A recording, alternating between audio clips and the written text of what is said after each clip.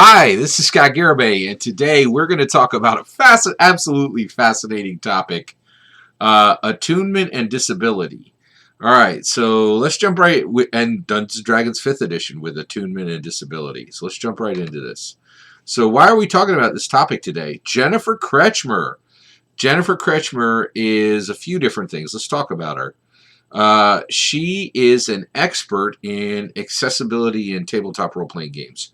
Actually, she just said, I think on her Twitter, she just acknowledges that she focuses on accessibility in TTRPGs. This is not a topic that's discussed broadly.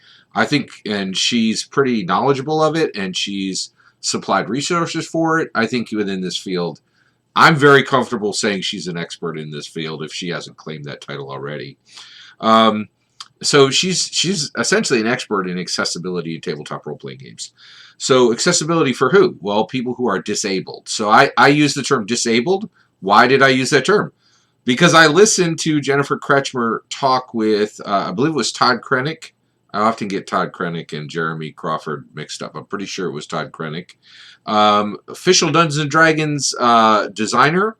And so Dungeons & Dragons official Wizards of the Coast, Hasbro Gaming, had Jennifer Kretchmer on their podcast, and she corrected the official host that Dungeons & Dragons put there when the official host, which I think was Todd Krennic, said that used the term differently abled, right? Jennifer Kretchmer was like, nope, disabled. And so she said the correct term is disabled, and that while some people did use the term differently abled, that it was essentially kind of erasing part of their nature, and it wasn't really appropriate, right? So I thought that was very interesting.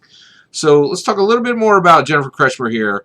So I think that Jennifer Kretchmer is on the short list for Dungeons & Dragons 6th edition design list. Design lead. Short list for Dungeons & Dragons 6th edition design lead. The reason why is, I think, is my opinion that Kate Welch, she was the chosen one. She was supposed to be the next design lead because there's never been a female Dungeons & Dragons design lead. So I think Jennifer Kretchmer absolutely is on the short list for that. Just my opinion. All right. So why else are we talking about Jennifer Kretchmer right now? Well, boy, oh boy, did Candlekeep Mysteries get a lot more interesting, like real quick. Okay, so this is absolutely fascinating. So Candlekeep Mysteries is the next Dungeons & Dragons book. I was not excited about this book, and the reason why it's pre-generated adventures. I don't like pre-generated adventures. I think they're run by new DMs and poor DMs. That's it. That's the only people on that list. I do not think that experienced, talented dungeon masters run pre-generated adventures. Pre-generated adventures are, by definition, railroady, in my opinion. So I was not excited about this book. I am so excited about this book now because Jennifer Kretchmer has really thrown down the gauntlet and really said something that I think is absolutely fascinating and could really turn the nature of the game on its head.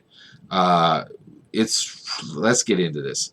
All right, so Jennifer Kretchmer is an accessibility in tabletop role-playing games expert. So this dungeon. So what we're expecting in Candlekeep Mysteries, Jennifer Kretchmer gave some spoilers for what's coming in this book. And she said that, and there's been a lot of talk about Candlekeep Mysteries, about having one of the first, big, prominent, high-scale, disabled, handicap accessible. This is terms that were used on the internet. Handicap accessible dungeons, and there were a lot of people who were like, I don't like this, book because it's going to make dungeons handicap accessible. And what dungeons are handicap accessibles? Well, Jennifer Kretchmer answered that in this interview she did with the official Dungeons & Dragons host, and it was fascinating. So one of the dungeons in here is essentially going to be a dungeon that has gelatinous cubes that have moved through this stone space and just dug holes through it, right? So a gelatinous cube or multiple gelatinous cubes have essentially made this entire dungeon so that it just has smooth rolling spaces. Smooth spaces where a wheelchair could just roll in, roll up, roll through. Totally handicap accessible dungeon. That is brilliant. I love this idea. It's a narrative solution to to put wheelchair accessibility into Dungeons and Dragons. Dungeons and Dragons is trying to broaden representation and be more inclusive. That's a great way to do it, right? You're not kind of making you're not kind of propping up a reason why a dungeon would be handicap accessible. It's right there in the narrative. That is brilliant. I love this Jennifer Kretchmer idea, or an idea that she's bringing to light in Candlekeep Mysteries. So she's one of the 17 writers on this. This book is probably going to be the most inclusive, most progressive, most woke book that we've ever seen from Dungeons and Dragons, right? Very, very interesting book, and I'm very excited for it now, and we're going to talk about why. So one, I love that brilliant idea, but there's a lot more here. So let's get to exactly there. Why am I so excited about this? Absolutely fascinating discussion with Jennifer Kretchmer and the D&D host. Here we go. Let's get into it. All right. Okay. So one of the things that's in the player's handbook is attunement. How many magical items can you attune to a player character? 3. Big number. Okay. Now one. Let's talk about attunement for a minute. I did like the old way of attuning. In third edition, attunement was essentially you did have a limit on how many magical items you.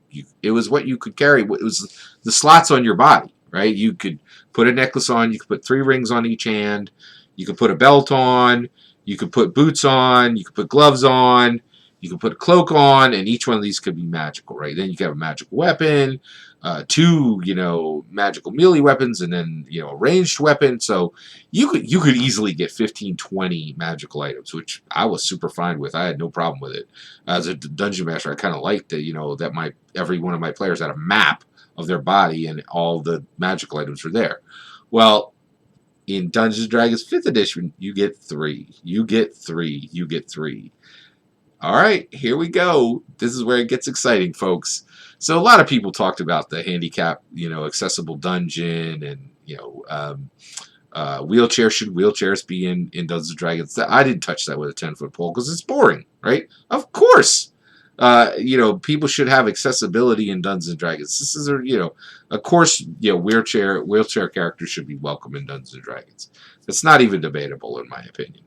What is absolutely fascinating is what we're about to talk about now. Okay, attunement. When you talk about attunement, you got to talk about optimization, right? So there are a lot of optimized players. Why would optimization come in with attunement? With what Jennifer Kretchmer talked about. Well, one of the things that's really fascinating is Dungeons & Dragons hired Jennifer Kretchmer, but Jennifer Kretchmer's rolling pretty hard at Dungeons & Dragons, in my opinion. So one of the things is the D&D host was like, so the way the player characters will do this is they'll have their magical wheelchair, which has some bonuses, right? And Jennifer Kretchmer confirmed that.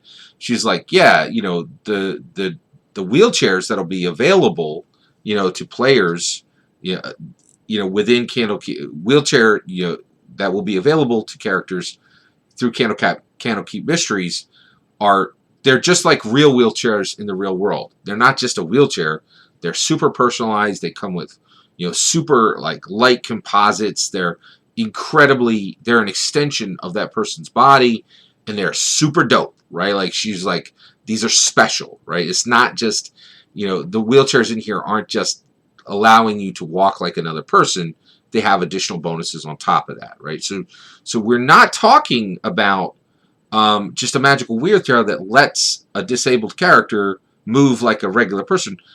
That wheelchair is cool, right? There's extra bonuses on top, okay? Well, the D&D host was like, okay, so that person's going to attune that device, right? And then they're going to have 2 other slots, right? And I couldn't believe it. I couldn't believe it. I could not believe it. Jennifer Kretchmer cracked open a can of intellectual whoop butt on the host and was like, I don't like the idea of punishing disabled characters just because they want to be able to move around. So I'm not sure we should really be taking an attunement slot for the magical wheelchair. Woo! Now it gets exciting. Now we got something to talk about, right? Oh, this makes me so excited. Why am I excited about this? Well, here's where it gets. Here's what I'm waiting for. So optimizers, okay? If you know D&D optimizers, this is where we're heading, right? I cannot wait to see the first stream game or the first game at the local game shop where an optimizer says the following. Wait, are you walking in this dungeon? Are you playing an able bot, are you playing somebody who can walk without and doesn't use a wheelchair? Yo, man, we are playing an optimized game here. You are wasting an attunement slot. So you can throw that junk character out and make somebody who's in a wheelchair, right? Like, we needs to beat this dungeon down, and we're not wasting an attunement slot because you want to walk around, right? That is coming. It is coming, right? Because optimization is a thing, right? So if you're getting a free attunement slot, that is a large enough optimization that any optimized player, they ain't going to be walking around a dungeon. They're going to take that combat wheelchair, right? That is fascinating, right? So Candlekeep Mysteries has the possibility of making walking characters, right, the actual suboptimal build. That is truly fascinating. Truly fascinating. The other thing I love about, and this had reminded me, right? You don't really know what's going to happen with the Dungeons & Dragons book until it hits. I'm a old school Magic the Gathering player. I started in 1993. I literally bought, I've got Moxes in a pack, in a $2 pack, right? By the way, do I have those Moxes now that are worth $30,000, $40,000? I do not. I sold them when they were worth I sold one for $600 and I sold one for $2,500, and I do not regret that. I bought my wife a diamond earring, and we bought a car with the Moxes that I sold. I don't regret selling them years and years and years ago. But so one of the things is when a new Magic the Gathering set hits, nobody really knows how those cards are going to interact with all the other cards. It's the same thing here, right? This free attunement slot, that's huge, right? That could upend a game, right? And it could really make walking characters a suboptimal build. I had no idea that, and the other thing is, wait, if walking characters are suboptimal, this could put a much higher value on Aarakocra as well, right? So this has the possibility to massively impact the Dungeons & Dragons landscape for quite a while. It is really, really interesting. So we don't know what's going to come out of Candlekeep Mysteries, but I was telling you, I was like, I'm skipping this book. I'm not getting some nonsense pre-gen where I get to blah, blah, blah, railroad my characters through some, adventure that's half as good as what I would run, that I would build, right? But boy, am I getting this book now, right? Because this could be truly historic, right? So I think that's one of the possibilities that could come out of Candlekeep Mysteries, is that walking characters will become a suboptimal build. That is fascinating. Should that happen, let's talk about that, right? So one, just my opinion, right? I think dope magical wheelchairs should require attunement. I disagree with Jennifer Kretchmer. And the reason why is I don't like the idea that people will take a wheelchair character simply for optimization. I think this representation is really fantastic. I think this should be used by two types of players personally, right? I think it should be used by people who are in wheelchairs who want to see themselves represented in the game and play in the game in the way that they go through life. That's a super awesome reason to do that, right? The other one is people who are able to walk, and people who are able to walk and they, oh yeah, the second set, the people who are able to walk and want to use a wheelchair D&D character to explore disability, and so that they can maybe increase their empathy or understanding, or maybe understand the experience of a friend or somebody you haven't met yet, and just kind of broaden their horizons in that way. I think those are two really good. The idea of running a disabled character simply for an optimization build doesn't seem. I will be fascinated if wheelchair characters become the optimizer's favorite. That, which is a distinct possibility. If attunement slot, and even if it's not in the book, right? Even if the book's like, you got to attune this, right? But the creator has said, I think that's a bad idea, right? That could trump what's in the book, the whole thing is just fascinating, right? My opinion, dope magical wheelchairs should require attunement. By the way, don't forget, this is not a debate about regular magical wheelchairs that just let somebody do the same thing as a walking person. That's not what's being discussed here. They do it. This is a discussion about wheelchairs that have extras, that have an extra bonus, something that will, without a doubt, attract optimizers, right? Because if you're not taking a wheelchair at that point, you're wasting an attunement slot. Optimizers will care about that a lot. This is absolutely fascinating. I'm so excited to see Candlekeep Mystery. This book went from a 0 to a hero. I had no interest in getting this book, and I'll tell you right now, pre-gen adventures are the last thing I buy. I will have this day one. Like you could bet, because this is really, really fascinating. So Candlekeep Mysteries, oh man, this thing is like, I just can't wait to see this book, because it could make walking characters a suboptimal build. That is massive. That is massive, right? The ramifications of the game are absolutely huge. Go check out Jen Kretchmer's interview with official interviews with Dungeons & Dragons. Absolutely fascinating. Cannot wait to see Candlekeep Mysteries now. What's your thought? What do you think? Do you think that that a magical wheelchair that has bonuses does more than just allow a character to essentially have the same mobility as somebody who walked, but has, at minimum, a few other cool things that are either going to be useful in combat, or useful in exploration, or useful in interaction, right? The 3 pillars of the game. Do you think that device should have attunement? Right? I'm really curious your opinion. Jennifer Kretchmer, she's an expert. She says, no, it's a punishment, right? I say, yes, I think it should take attunement. And the reason why is I think it's not it's not great to encourage people to play a character simply for an optimization, I think. So that's my take. Now, last thing I'm going to say, this is an incredibly sensitive subject. Did I get any of this right? Did I get any of this wrong? Did I not understand part of the disabled community or any of their... please let me know. I always keep my heart and my head ready for when I'm wrong, so that I can learn and go in the right direction here. I think this is a great conversation that we're starting to have. I cannot wait to see if walking characters become suboptimal builds. That will truly be fascinating. I'd love to hear your thoughts on this. Let me know in the comments below. Please consider liking and subscribing, and have a wonderful millennium.